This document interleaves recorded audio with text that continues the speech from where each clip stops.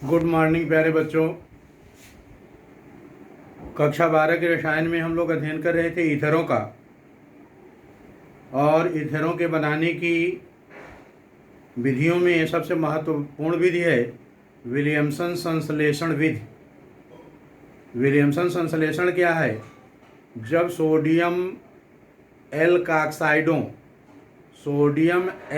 ऑक्साइडों की क्रिया एल्किल हैलाइडों से कराई जाती है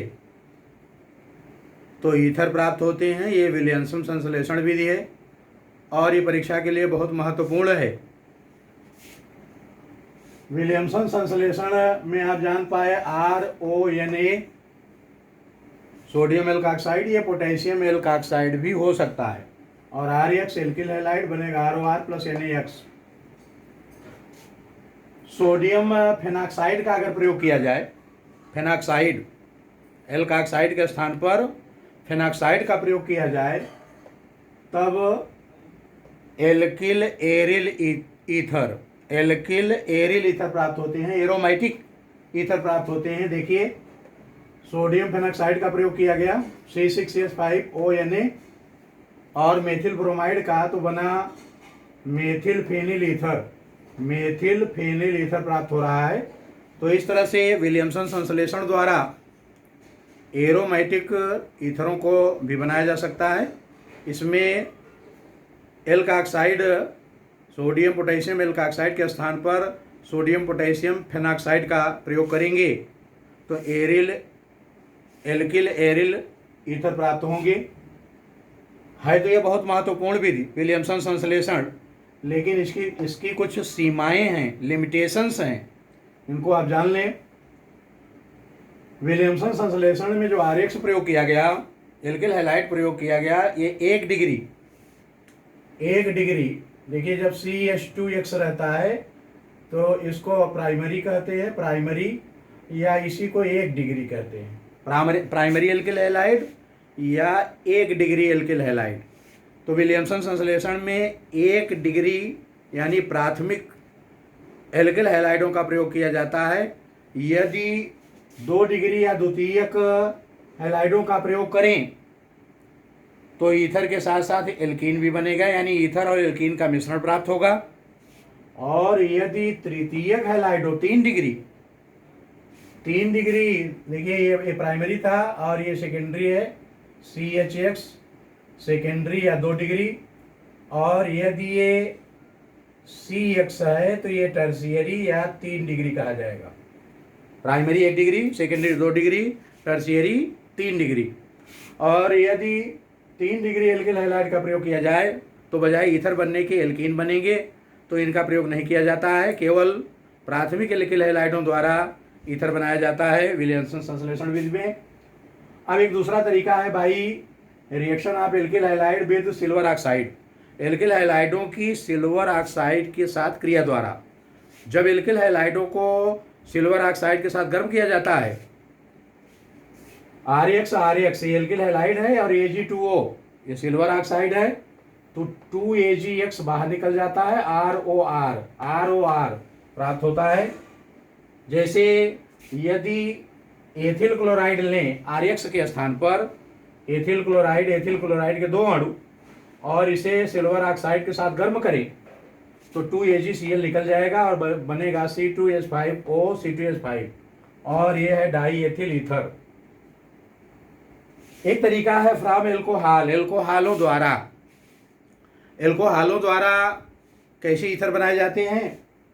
जब मोनोहाइड्रिक प्राथमिक एल्कोहलों को सांद्र H2SO4 की उपस्थिति में, मोनोहाइड्रिक एल्कोहल अधिक मात्रा में हो, और सांद्र सल्फ्यूरिक एसिड की उपस्थिति में 140 डिग्री सेल्सियस ताप तक गर्म कर दें तो निर्जलीकरण क्रिया होती है। मोनोहाइड्रिक एल्कोहलों के 2 अणुओं से जल का 1 अणु पृथक हो जाता है और ईथर प्राप्त होते हैं। यहाँ समझने का प्रयास करें। 2ROH ये एल्कोहल के 2 अणु हैं, सांद्र H2SO4 140 डिग्री सेल्सियस ताप, तो बनेगा ROR प्लस H2O। एल्कोहल के 2 अणुओं से जल का 1 अणु निकल गया, इसे ऐसे समझिए, एल्कोहल के 2 अणु ROH प्लस HOR। ये देखिए एल्कोहल के दो अणु है ROH, और इससे जल का एक अणु निकल जाए, निर्जलीकरण क्रिया हो तो बचेगा ROR। तो इस तरह ईथर प्राप्त होते हैं। जैसे यदि एथिल अल्कोहल हो, एथिल अल्कोहल के दो अणु हों और सांद्र H2SO4 की उपस्थिति में 140 डिग्री सेल्सियस ताप तक गर्म करें, तो एथिल अल्कोहल के दो अणुओं से जल का एक अणु पृथक हो जाएगा और प्राप्त होगा die ethyl ether C2H5O C2H5, और जल का अणु बाहर निकल जाएगा। एल्कोहलों से ईथर बनाने में भी कुछ सावधानियां रखनी पड़ती हैं, कुछ सीमाएं हैं, लिमिटेशंस हैं, उनको आप जान लें। लिमिटेशंस यह है कि एल्कोहलों से ईथर बनाने में केवल प्राइमरी एल्कोहलों CH2X का प्रयोग किया जाता है। यदि 2 डिग्री या सेकेंडरी अल्कोहल का प्रयोग करें तो ईथर बहुत कम मात्रा में बनेगा, मुख्य उत्पाद के रूप में एल्कीन बनेगा।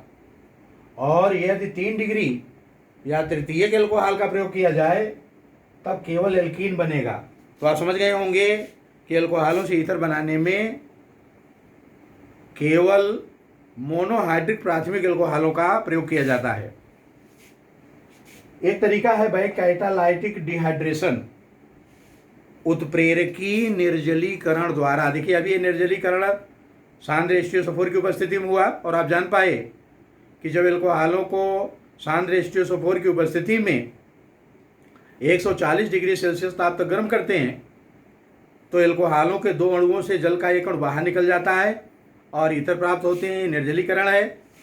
उत्प्रेरकी निर्जलीकरण में मोनोहाइड्रिक प्राथमिक एल्कोहलों की वाष्प को 250 डिग्री सेल्सियस ताप पर तप्त एल्यूमिना Al2O3 एल्यूमिना पर प्रवाहित करते हैं, और यदि ऐसा करें तो एल्कोहल के दो अणुओं से जल का एक अणु बाहर निकल जाएगा 2ROH Al2O3 250 डिग्री सेल्सियस ताप, और बनेगा ROR, ये ईथर है, और जल बाहर निकल गया। उसी तरह से जैसे एल्कोहल के दो अणुओं से जल का एक अणु बाहर निकल जाए तो ROR ईथर प्राप्त होता है। उदाहरण में आप देख लीजिए 2C2H5OH, एथिल अल्कोहल के दो अणु, एल्यूमिना Al2O3, और टेम्परेचर है 250, यानी एथिल अल्कोहल की वाष्प को 250 डिग्री सेल्सियस ताप पर तप्त एल्यूमिना पर प्रवाहित करने से निर्जलीकरण द्वारा डाई एथिल ईथर बनता है। निर्जलीकरण द्वारा die ethyl ether C2H5O C2H5 plus H2O। तो ये अभिक्रिया और एल्कोहलों के साथ सांद्र H2SO4 का प्रयोग करके दोनों एक जैसी हैं। आपको याद रखना है टेम्परेचर। यदि निर्जलीकारक हो सांद्र सल्फ्यूरिक एसिड तो मोनोहाइड्रिक प्राथमिक एल्कोहल से ईथर बनाने में जरूरत पड़ेगी 140 डिग्री सेल्सियस ताप की, और यदि निर्जल एल्यूमिना प्रेरक के रूप में, निर्जलीकारक के रूप में कार्य कर रहा है तो ऐसी स्थिति में टेम्परेचर होगा 250। इन दोनों को एक साथ देखकर याद करना सरल है। तो प्यारे बच्चों, इसी के साथ ईथर बनाने की सामान्य विधियाँ अध्ययन में समाप्त हुई। अब इनके भौतिक रासायनिक गुण और डाई एथिल ईथर की चर्चा कर लेंगे तो ये खंड अध्ययन में समाप्त हो जाएगा। आज यहीं तक, अगले वीडियो में आगे की चर्चा करेंगे। धन्यवाद।